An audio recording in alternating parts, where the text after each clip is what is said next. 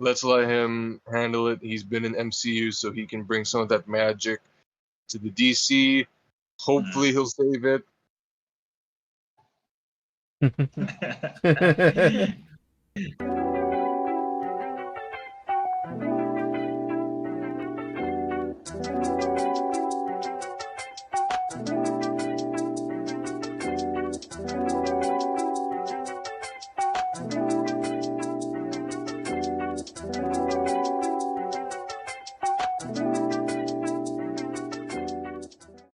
Hey you guys, welcome to the Cup of Geek. This is our episode 5 officially. And yes, before we start, this is the official episode that we are already in Spotify, in Nga Apple pala. Podcasts, and in Google Podcasts. So yeah, sobrang proud kami and we are proud to say that you can catch us not only on YouTube but also on those streaming platforms. So official na hindi na kami feeling podcaster talaga. We're already on those platforms and hopefully by the time that you are listening to this, you're listening to those platforms and we'll continue to brag them as much as we can. And thank you so much for those who helped us get to those platforms. And before we start, yes, we do have here at Aqua Blake and of course Nights of Fun. And we'll be talking about the latest. Before we start, kasi sabi nga namin dapat this episode or this topic should just be an intro or something that we'll just be talking about before our main topic. Pero as days go by, hindi kaya siya na isang segment lang. Oh yes. It's a full episode. This will be a full episode and I know you guys will be makaka-relate ang lahat, hopefully. And let's see. So, we'll be talking about Warner Brothers, DC, James Gunn, Henry Cavill, and everything around it. So, before we start, hindi ko alam paano siya sisimulan. Pero kasi mas maganda, simulan natin siya, saan ba nag-start tong, hindi na pwedeng magsisihan kung sinong paasa, sinong ano. Pero, anong nakakatawa kasi, yung kabilang panig, which is Marvel, they're already just chilling out, fixing their own problems. While the other is trying to rebuild, pero at the same time, fixing their own problems as well. So, parang doppel jeopardy yung nangyayari sa kanila. So, let's start first with parang it's too much to handle, sabi nga. Pero, let's start first with the blockbuster of Black Adam. Yeah. Ano bang nangyari? Tingin ko if things worked well with that movie, as far as revenue, as far as profit, tingin ko medyo magiging ibang usapan eh. Pero what can you say about it? Tingin nyo, is it the movie? Is it the Snyderverse fans na maingay sa internet at wala sa mga cinema? Anong tingin nyo? Go. Okay, sige. No holds bar, ha? No holds barred ba to? Hindi, sige, simulan ko muna on the Black Adam on the Black Adam discussion. So recently rin, there's been a lot of talk that Black Adam maybe may kita pa rin. So it has pa rin somewhat a level of profit from the distribution.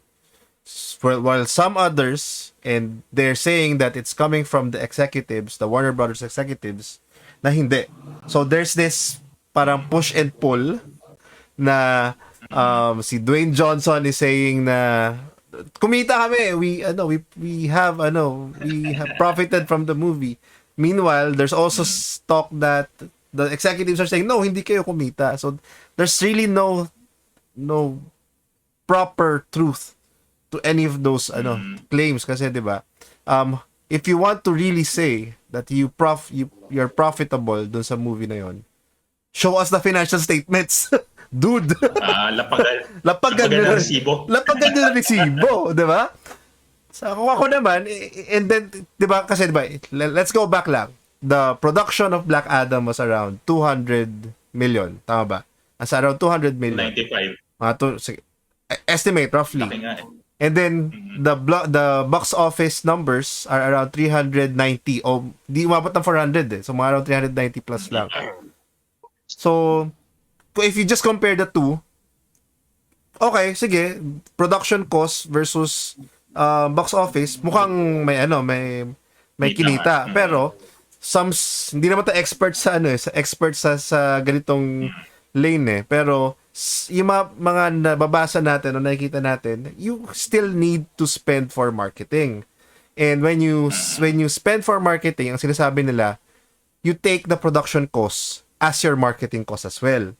So if that's the case, then your total cost of operating of distributing the movie is actually around $400 million. So kung ganun nga, and ang box office is just less than 400, then wala ka talagang kinita. Or you might say na, sige, it's almost break even. Pero hindi natin alam yun kasi nga walang resibo. Walang nilapag na number. Walang resibo, walang nilapag na number. So it's he says, she says. So I don't know. It's not, for me, it's not representing anything. It's just it's just talk of the town, maybe just to create some noise about the Black Adam movie. Kasi nga I don't know if for us naman, di ba, we're all content creators. Minsan negative promotions can also be promotions.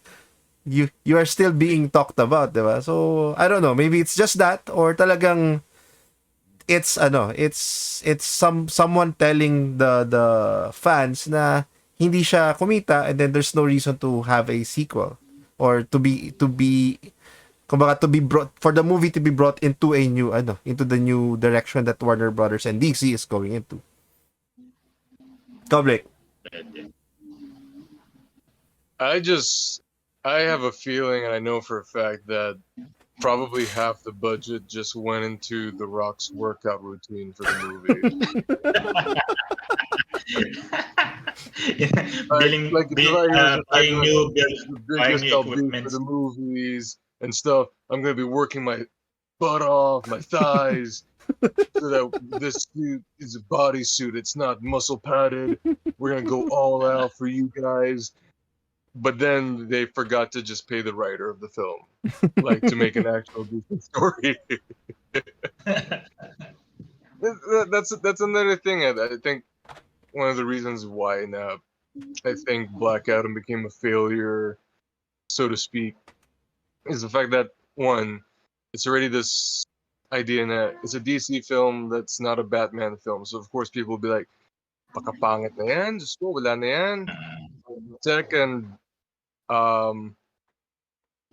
like the fact that it's The Rock, the movie feels and was marketed more like a Rock in a DC movie rather than it being a Black Adam.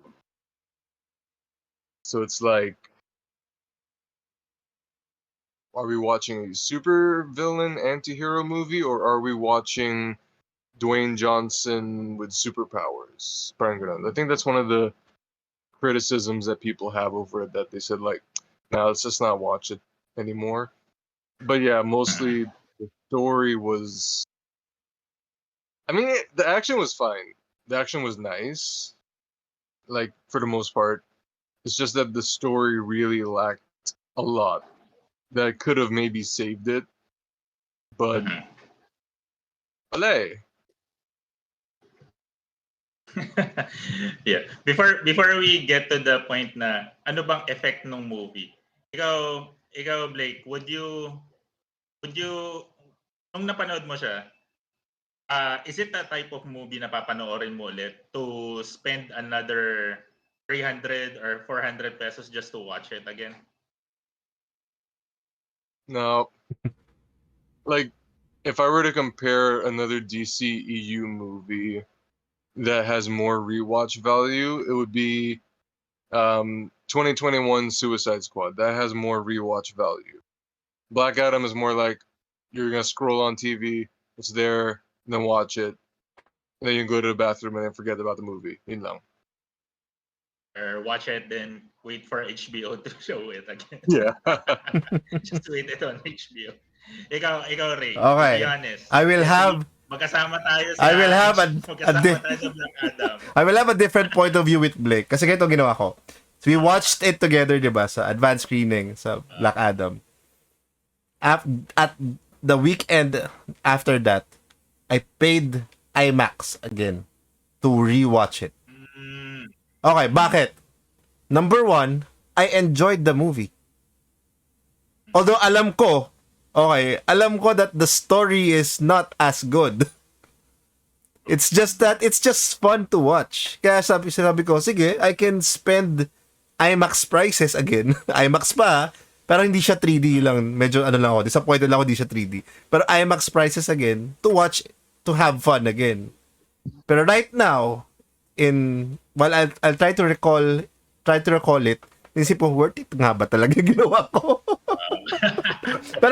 pero sige, I had fun. It was a good time. Okay. And I think that's what a cinema should be. Na okay, you come to the movies, you enjoy the story, you enjoy the whatever spectacle you are watching, and then come out of the cinema na masaya. And then I guess that would be worth your money. Pero right now, if it's gonna be rescreened again, probably not. But I'm happy that it's on HBO Go already. Kasi I might put on HBO Go right now and rewatch it. Kasi it's fun. It's dumb fun. Siguro, yun ang masasabi ko. It's dumb fun. Pero, yeah, it has a lot of things that it's lacking in terms of story, in terms of, I guess there's a lot of areas din na you need to build in terms of character. Pero, and medyo The Rock, Dwayne Johnson is Dwayne Johnson, not Black Adam in that film, which is kinda given. Kasi ganun naman, medyo ganun din yung roles in the different movies eh. So, yeah, I would leave it up to to our audience na would you rewatch it? Would you go through it again? Pero I would definitely would. Pero right now, it's available on HBO Go, so I would do that on TV.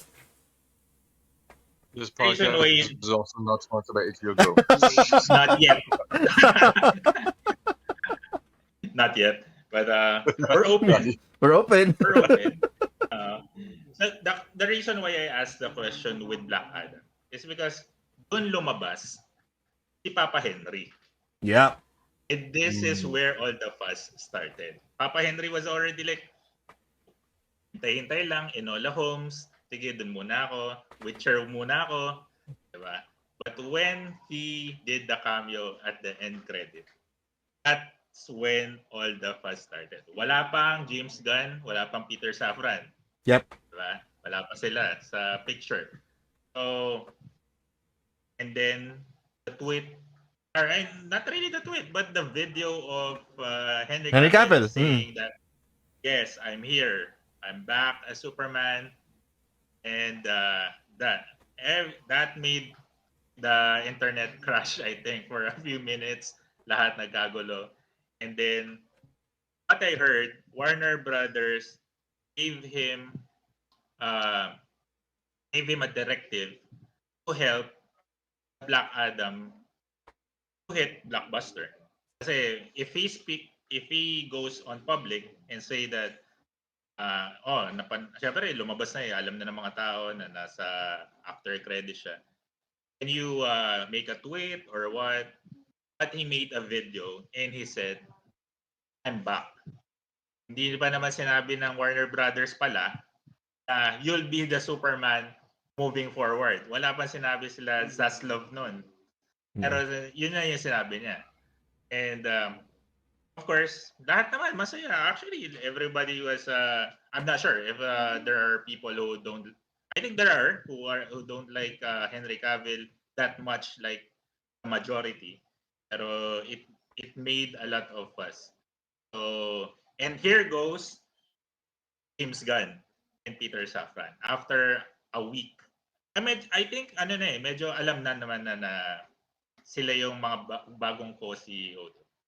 So, first question, when you heard about the two being on board, were you excited? Were you afraid? Were you thinking na oh parang Guardians of the Galaxy lang ang gagawin ni ano yan, James Gunn, or will it be just a sabotage usapang Kevin Feige at ano yan, alam na nilang gagawin nila.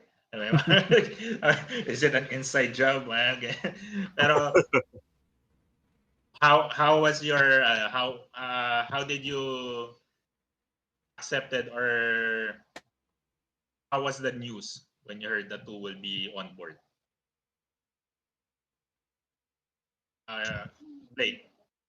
Well, for me, like, syempre I was excited kasi, I mean, James Gunn, yeah, he didn't do Guardians, but he's also good at building characters up na they're not so known, doing great drama and story.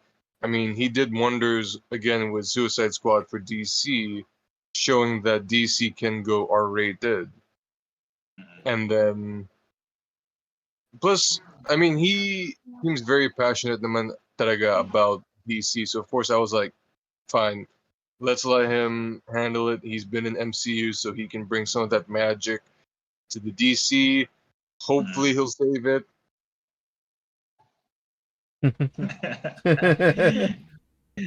All fingers crossed. kasama yung mga fingers sa paa.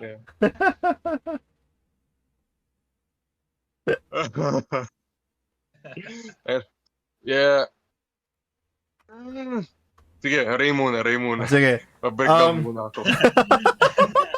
Contemplating. Sige. Okay. You know, napag-usapan natin to before sa previous na ano natin episodes. Fan na ako ni James Gunn, basically.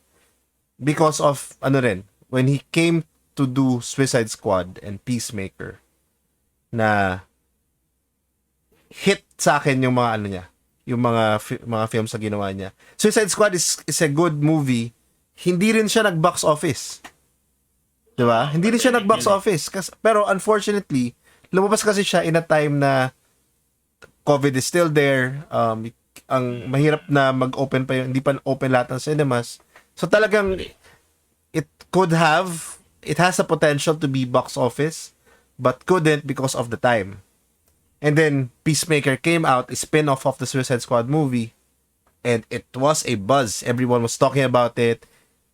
I think nag-boom yung HBO Go streaming, HBO Max na streaming din sa US because of Peacemaker.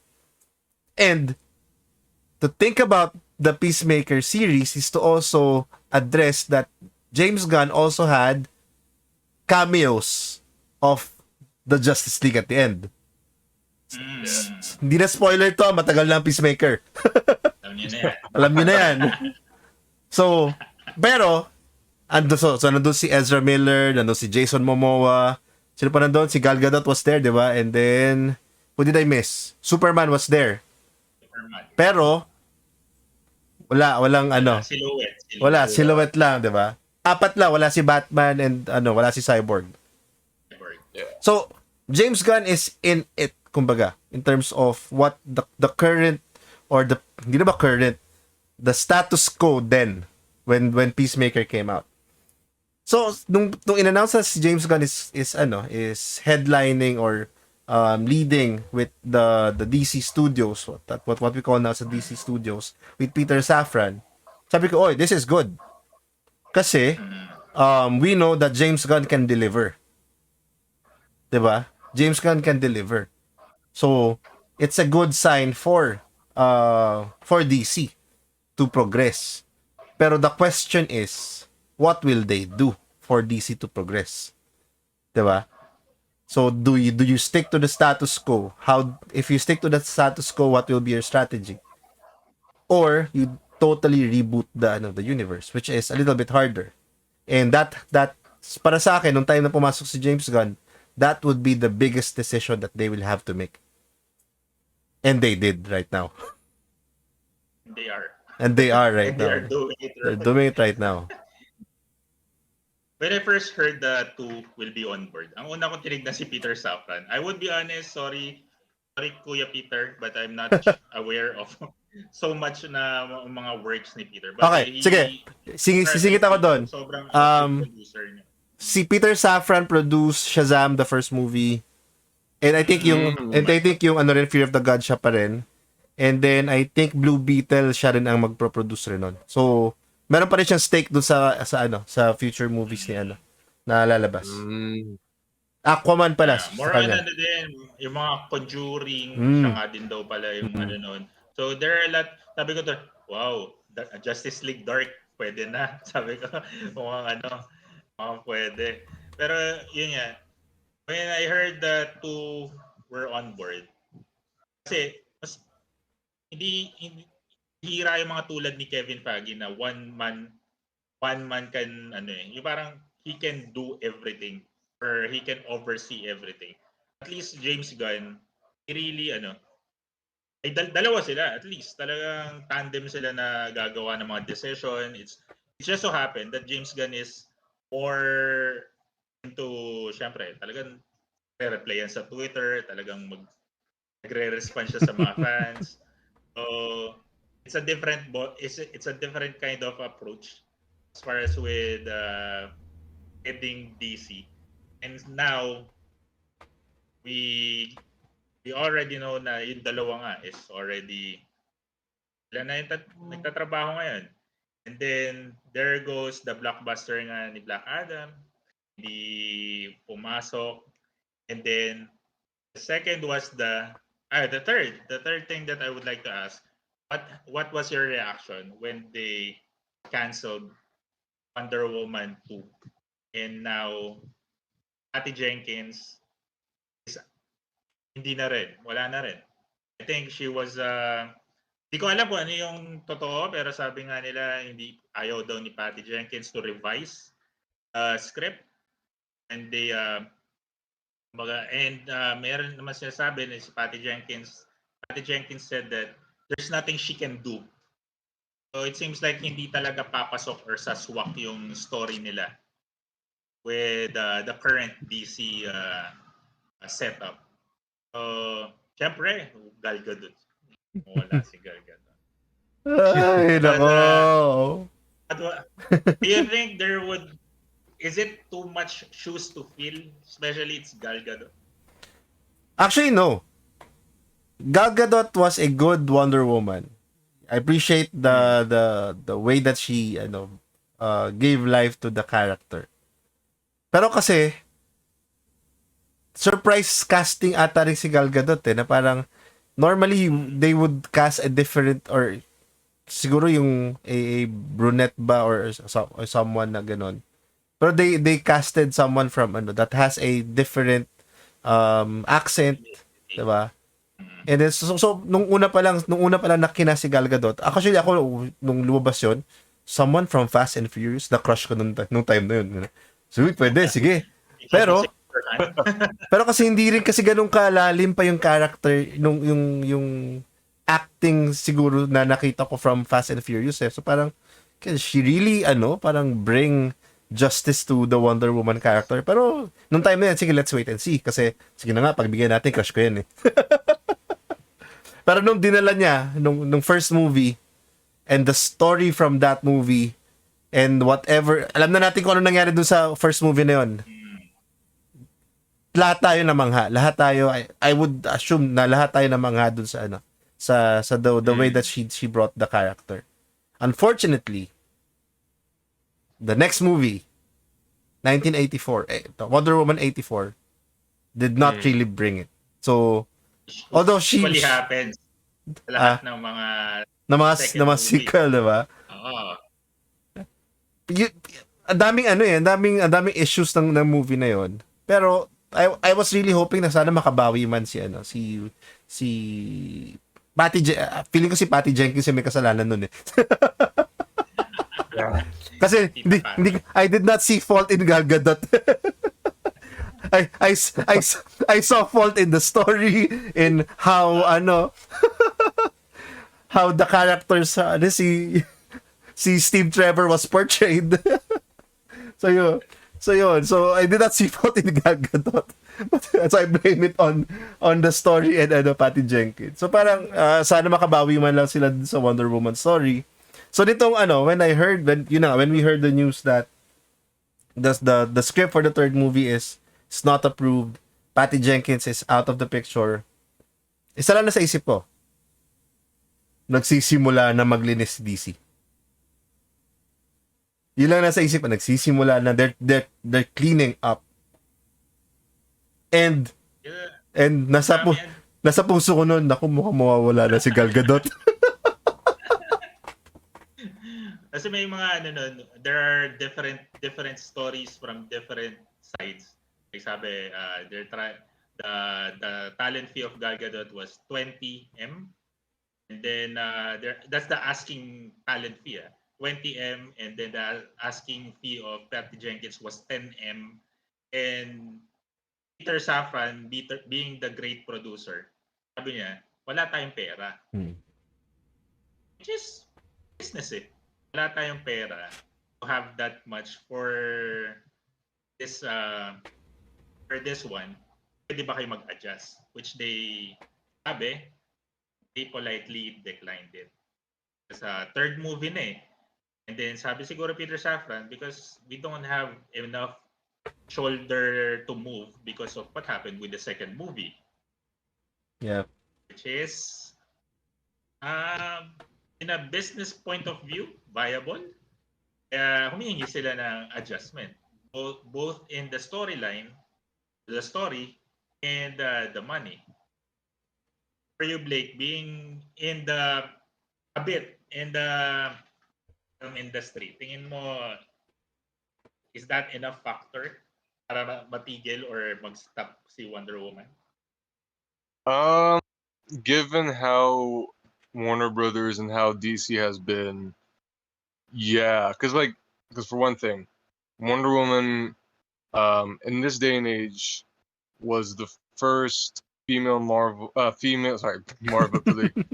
female-led superhero film. Because I'm thinking Marvel already, because Marvel's it's like coming. DC gone. Anyway, female-led superhero film of this generation, massive success, critically acclaimed, and then when the sequel basically turns around, takes a dump on it, and everything that came before, what the fans were expecting, it's like, yeah. And the fact that, because for one thing, yeah, it wasn't that much of a, it's not critically acclaimed as much because the story had a lot of problems, a lot of issues. The direction they took, I understand with Patty Jenkins, I think she wanted to get a more, let's say, Christopher Reeve era type of camp to the film.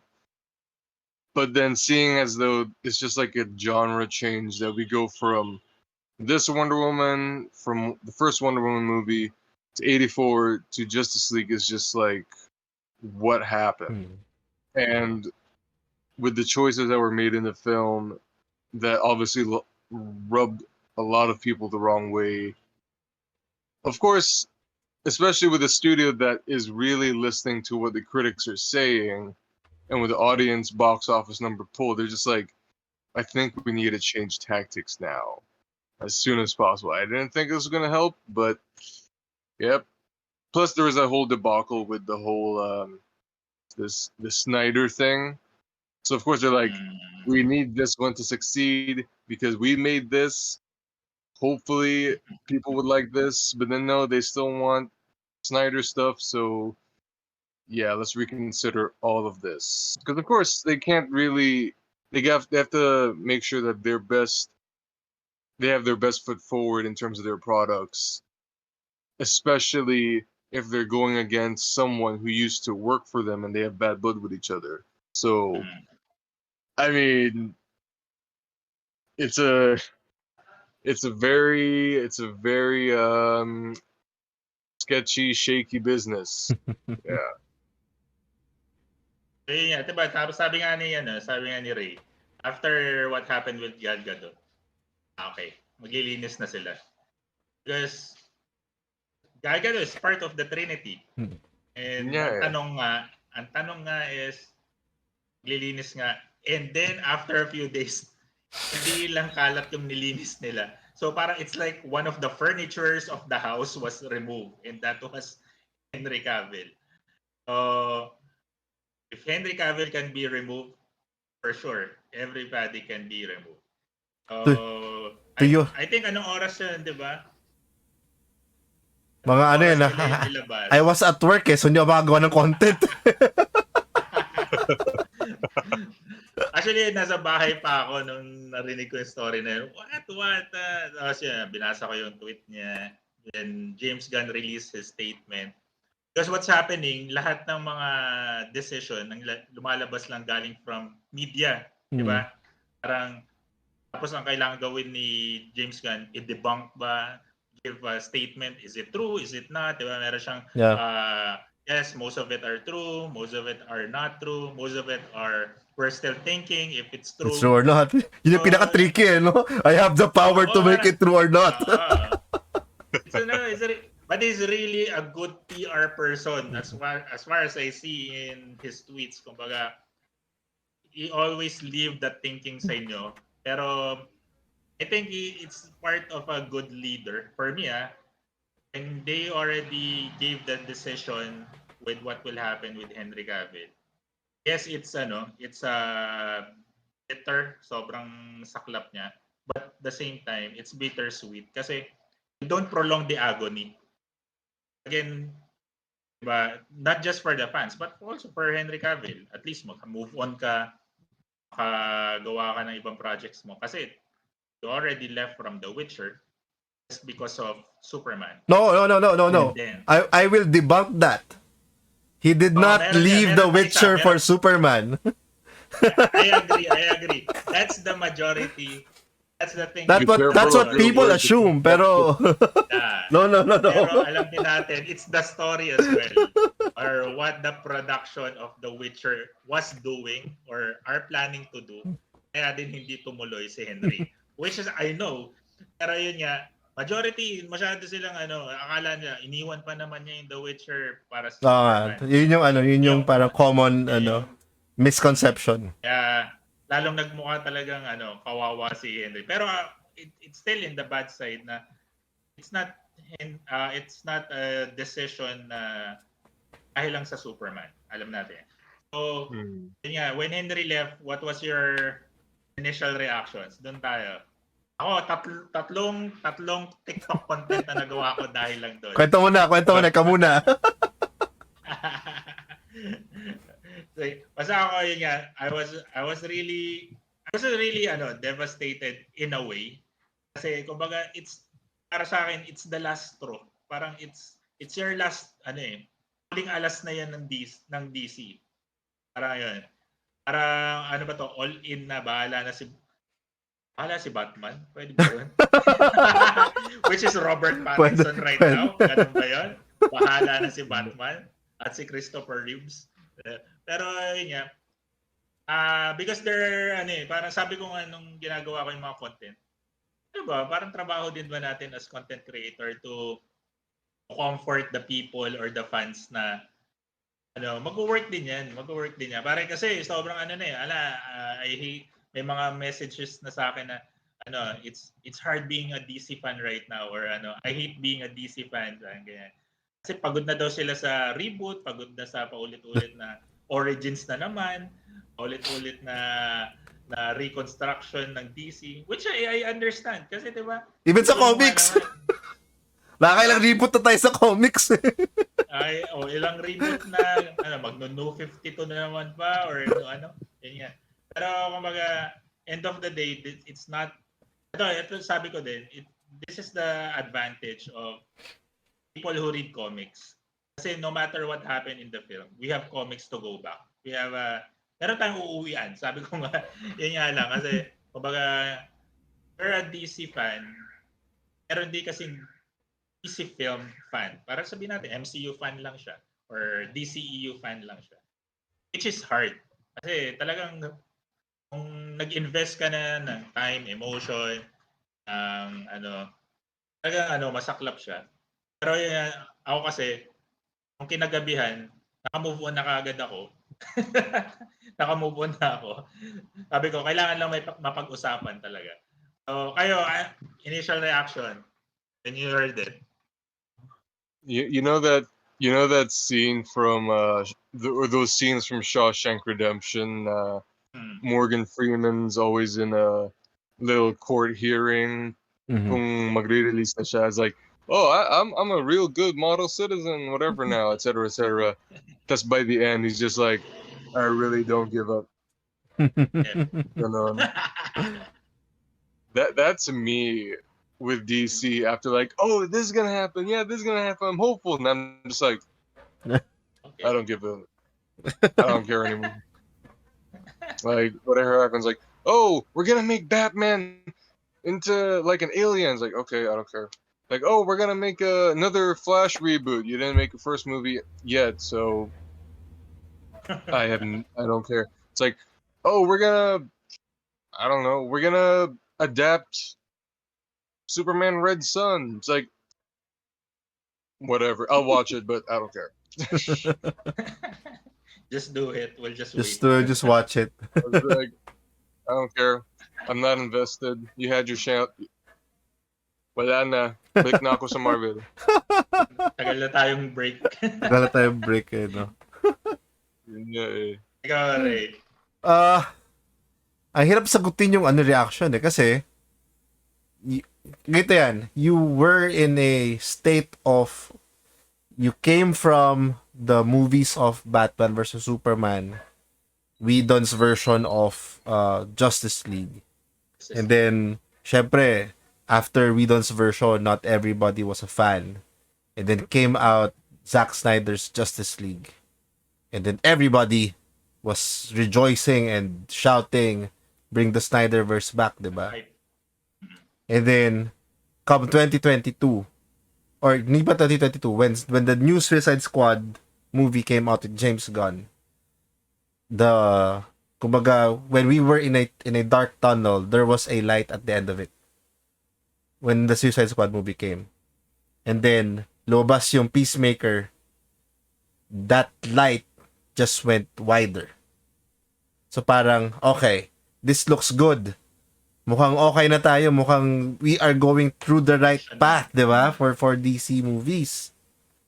And then, Ezra Miller. Na parang, oh no, you effing big of a man. Okay na na parang, okay, sige, we were headed towards something. Peacemaker, okay, mukhang may direction na, and then alam natin that Flashpoint is gonna come out, and we were looking at Flashpoint as a turning point for the DC movies to reboot or to tie in everything, diba? So Ezra Miller happened. Batgirl, diba? The cancellation of Batgirl. Si Amber Heard pa, si Mira pa. Parang you were going up with Suicide Squad and Peacemaker, thank you James Gunn. And then Ezra Miller, Amber Heard, the cancellation of Batgirl. Parang nung time na yun, I was saying sa mga TikTok videos ko, it's hard to be a DC fan. Nung time na yun, it's hard to be a DC fan. And sobrang, I would admit, it's really frustrating. Kaya, I would understand. Sige, let's go to Marvel kasi it's fixed. It's there. Alam natin kung anong lalabas. May mga cancellations here and there, pero at least hindi pa in production. Pwedeng isang face lang yung may sablay, pero okay pa lahat. Nagkaroon hindi lang maganda yung phase 4, pero Marvel's fans are still behind Kevin Feige's back.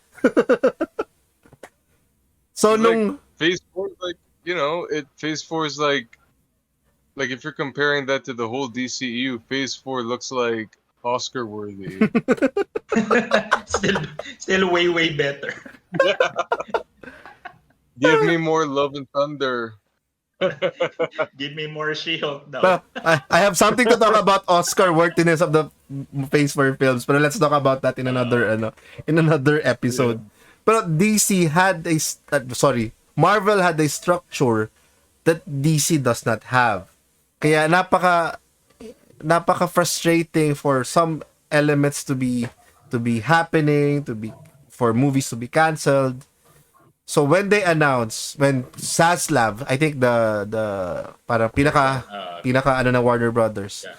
So sinabi nilang they need to put someone up that would be like Kevin Feige for DC. Nasa isip ko lang nun, ito before James Gunn was announced, diba? Nasa isip ko lang nun, ba't ganyan nyo lang nasa isip yan? Why now? Nung nagsimula nang magkagulo yung mga ano nyo, yung mga IPs na ginagawa nyo, di ba? So, nung in-announce si James Gunn, and then, now that we are hearing that it looks like pa lang ha, hindi pa naman kino-confirm. It looks like this is gonna be a clean up of all the previous movies. They're gonna start from scratch, start from the ground up. And they are going to put structure and a direction to the DC movies.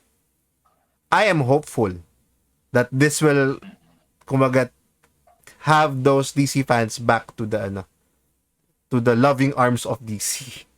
Diba? But at the same time, although I am hopeful, it sets a high expectation. Kasi you're now taking out the best Superman actor to play the role of this generation. You're now gonna take him out of the picture. So you must have someone, or you must have a story to tell that would better what we're expecting. And if you flop that, the more frustration that we fans are gonna get. Hashtag Fire James Gunn will trend more. Diba? Magte-trend ulit yun. Ano siya eh. Kumbaga, when all the cleanup was happening, all, sabi ko nga sa isa sa mga TikTok video ko, it's full respect with Henry Cavill, full respect with Peter Safran and James Gunn. Kasi nag-usap talaga sila eh. Nag-meeting sila. Ito yung mangyayari. Hindi siya yung ano lang, tinext ka lang, in-email ka lang na you're fired. Hindi yung sinabi na, sige, tawagan ka na lang namin pag pwede na. Diba? It's not like that. It's really how, totoo yung sinasabi ni James Gunn na he doesn't hate Henry Cavill. It just so happened that their plans are different at hindi papasok yung si Henry Cavill as Superman in their 10-year plan. Which is sabihin mo nga naman, kung 10-year, they would really need younger actors to play the main characters, or sabihin na natin, yung Trinity. They would really get younger actors. So, going back, so yun nga, and sabi ko nga eh, yung mga fans hindi pa nakaka-move on. Si Henry Cavill may Warhammer series na ongoing in production with Amazon. Sabi ko, this is really business, sabi ko nga. Yes, they love the character. Sabi nga ni Henry Cavill, Superman will still be there. Pero, kumbaga tingin ko rin kay Henry Cavill. You already have a list of offers prior to what happened with Superman. Yeah. And he's ready, whatever. Siyempre, ano yan eh. For sure, his management is already anticipating the worst if ever. Yep. And I think, sabi nga, ano ba, Marvel ba? James Bond ba? Ano ba, mag-Game of Thrones din ba siya? Aegon the Conqueror daw. Ang dami. Tuwan-tuwa ako kasi with how he handled the situation. Kasi pwede ka naman magalit eh. Pinasa nyo lang ako, ganyan-ganyan. I think it will not help for him in his career. Yeah. Magagalit siya or hingin niya pa yung sympathy ng tao. Tingin ko it will just make a bad impression of him. But how he responded and how he exited with grace, sabi ko nga. He got all the fans respect him more, and it opened more opportunities for him. I think it will work as well, not just being actors, but in life in general siguro. Now we're here. We're here in the new era. Ewan ko kung totoo yung nakuha kong logo ng DC. Hindi ko alam kung totoo yun, pero kung mag-flash natin yun dito. Ano, It's like, add ko siya. uh, But I think don't it's like like, it. ano it's like, oo. Pero kumbaga nung iniisip ko siya, kung totoo man siya, parang it's really just showing that they're focusing on the characters. Kasi pwede naman Pero let's see. Hindi naman official na nilabas ng DC and ng Warner Brothers. Before we get to the final question, this is the second final question tayo siguro. Kasi next year, magaganda yung movies ng DC. Let's face it. We have 4 movies na I think that's a lot na para sa DC. Diba? In 1 year, correct. There are 4 movies, Flash, Shazam, Aquaman, Blue and Beetle. Since they'll be starting from scratch, will you still watch those 4 movies?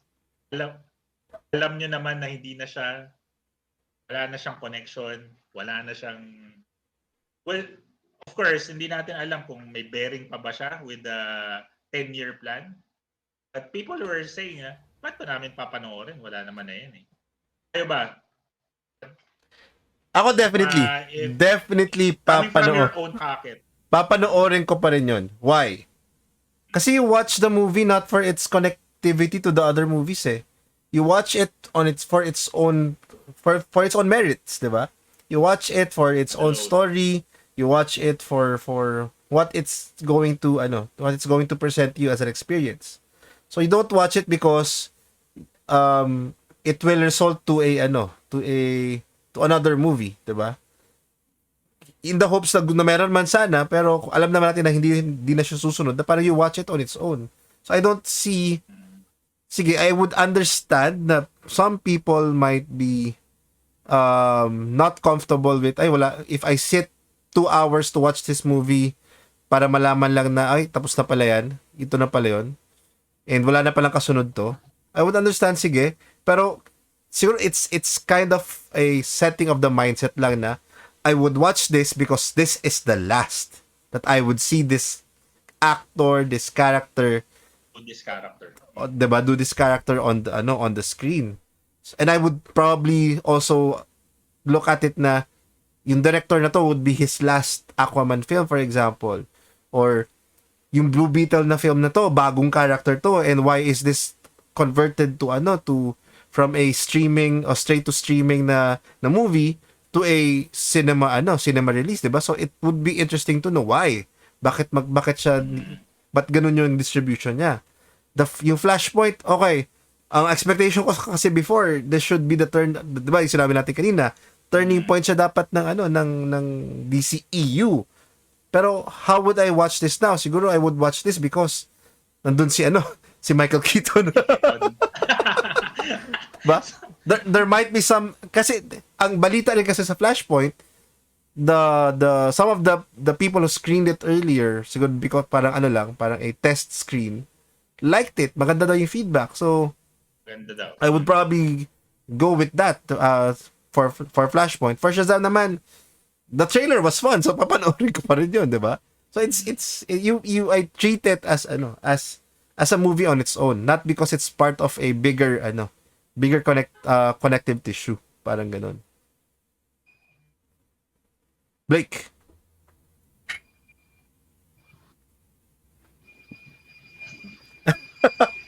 Blake, di nababasa yan sa podcast, Spotify. Pero for those listening, Kailan may video sa Spotify.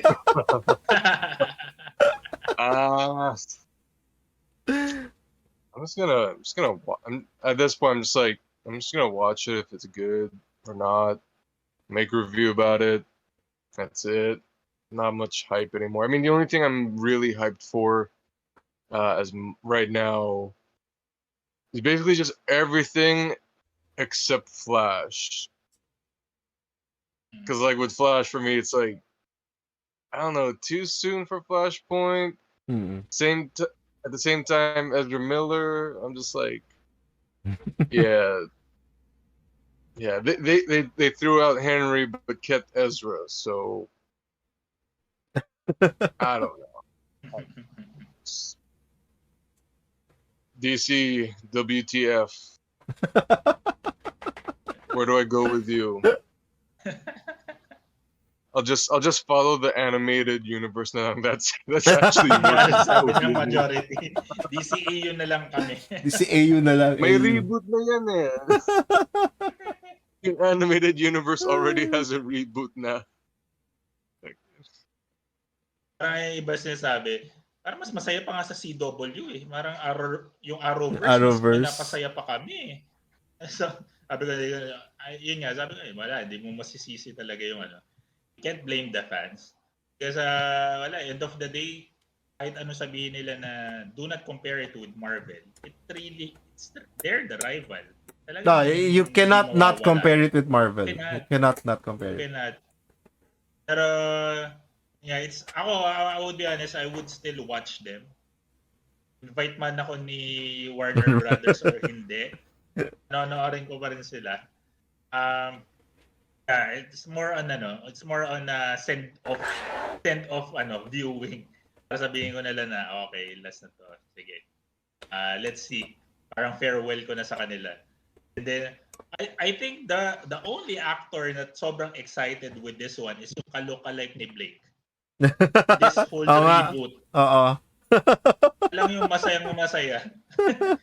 Kasi sabi ko nga nakita ko yung merong mga post sa Facebook naka-black and white na yung buong Justice League, si Momoa lang yung colored. And tingin ko he's happy with the character na napupuntahan niya afterwards. He's the only one who's excited with the reboot. He's the one who's actually secured. He secured the money in the bank. Yeah, go on. We'll reboot everything. I'm gonna be a different character anyway, and a character that I love. And the character na hindi niya kailangan na effortlessly can do effortlessly. Yeah. Naalala ko nun sa ewan ko, isang DC group yun eh. Galit na galit sila, sabi ko paano kaya kung how will it look like if Jason Momoa will do Lobo and not Aquaman? Even foreign fans were bashing me. They were saying na you won't know unless it has a movie, parang ganun. Parang don't you see Lobo in in Jason Momoa? Put a cigar in his mouth. He's already the walking Lobo. I think sabi ko nga sabi ko bash talaga ako. Sabi ko okay. And now who's laughing now? Who's laughing now? Back at you. Ayun nga. What are your expectations with this? Because what I heard or what I'm hearing is that they'll be showing all the plans next year. Yeah. I'm not sure if it's early January or it's probably next year. They'll be showing the plans that they have. Sabi nga ni James Gunn, they're excited on sharing what they have, what they're planning. Pero kasi syempre, di ba, next year din yung Guardians of the Galaxy niya. So, he'll be doing both promotions of Guardians of the Galaxy and, of course, laying the plans for DC. What are your expectations, or are you still expecting, or Okay, let's see. Lapag nyo na lang muna, tsaka natin pag-usapan. Parang ganun ba? Go, Blake. Go, Blake. I'm just gonna go with the flow at this point. I'm like, sige na nga. Go na. Diyan na yun eh. Wala na akong pake. Wala na akong gana. Just show me what you can give me, then let's see if mamalahin kita ulit. Naks. Saka na lang kita babalikan. Ligawan mo na lang ako ulit. Pag may gana na ako. Ikaw, Ray, ganun din ba? We are expecting naman kasi, diba, the announcements to be coming, or at least a picture of what's coming to us next, the beginning of the year, next year. Pero so far, James Gunn has also said that he will be directing a Superman film a younger version or probably siguro yung mga early version ng ng Superman film. So, ang Pero parang awa na nila, wag na nilang ulitin yung origins yung balik sa Oo, planeta. para alam na natin 'yun. Pagpunta Smallville, wag na. Alam na natin Wag na 'yun. nilang ulitin yun, please. Kahit siguro new fans, alam na 'yun or new new Kahit movie mag-start na siya goers. sa Daily Planet na kagad. Actually, yun ang gusto ko mangyari. Start at the Daily Planet, bagong journalist si Clark Kent, 'di ba? Makikilala pa lang niya si si Lois Lane. We can go there. Actually, kanina lang, I was looking at potential actors who can play Superman. Alam mo, pinaka number one sa list ko, si sino yun? Who played Beast sa X-Men? Si Holt. That guy, ano nga pala niya? Wait, nasa list niya. Oo, Sa John Campbell show mo ba yan pinanood? Before that one, pero may ideas na ako ito. Nung pinag-usapan nila, sabi ko dapat nandiyan si Nicholas Holt. Kasi gusto ko yung mata niya, and then syempre he just needs to clean up a bit, pero mukhang he can be a good Superman. But I don't know yet kung ano pa yung mga pwedeng maging Superman. Pero yun nga, medyo matagal pa so I'm not really expecting a lot pa next year when the announcements come out. Ang wini-wish ko lang that yun na nga, if they want to focus on Superman first, they really need to deliver. It has to deliver. Kasi mataas ang expectations natin. Diba? All eyes on the actor, on the story, on how it will be written, and kung si James Gunn ang magsusulat niyan, mataas na confidence level ko kasi James Gunn yan. Ang nakakainis lang, the fans are saying, are you gonna make it like Guardians of the Galaxy Superman? Gagawa ka ba ng parang joke lang daw. ganun ka jokey na film? Hindi naman Peacemaker, 'di ba? Hindi naman ganoon may mga ganung klase, may ibang humor naman si Peacemaker. Suicide Squad is also not like that, like the Guardians of the Galaxy. So there's potential there. So medyo doon ako siguro yun ang abangan ko, what will happen in that Superman movie, kasi that will kumbaga say something about the DC Studios future on that movie alone. If that's the starting point of the Gunverse, yung sinasabi natin right now na Gunverse. Pero medyo matagal pa yon kasi if they're announcing it next year, pre-production niya matagal, 'di ba? And probably they'll start shooting niyan mga late 2023, early 2024.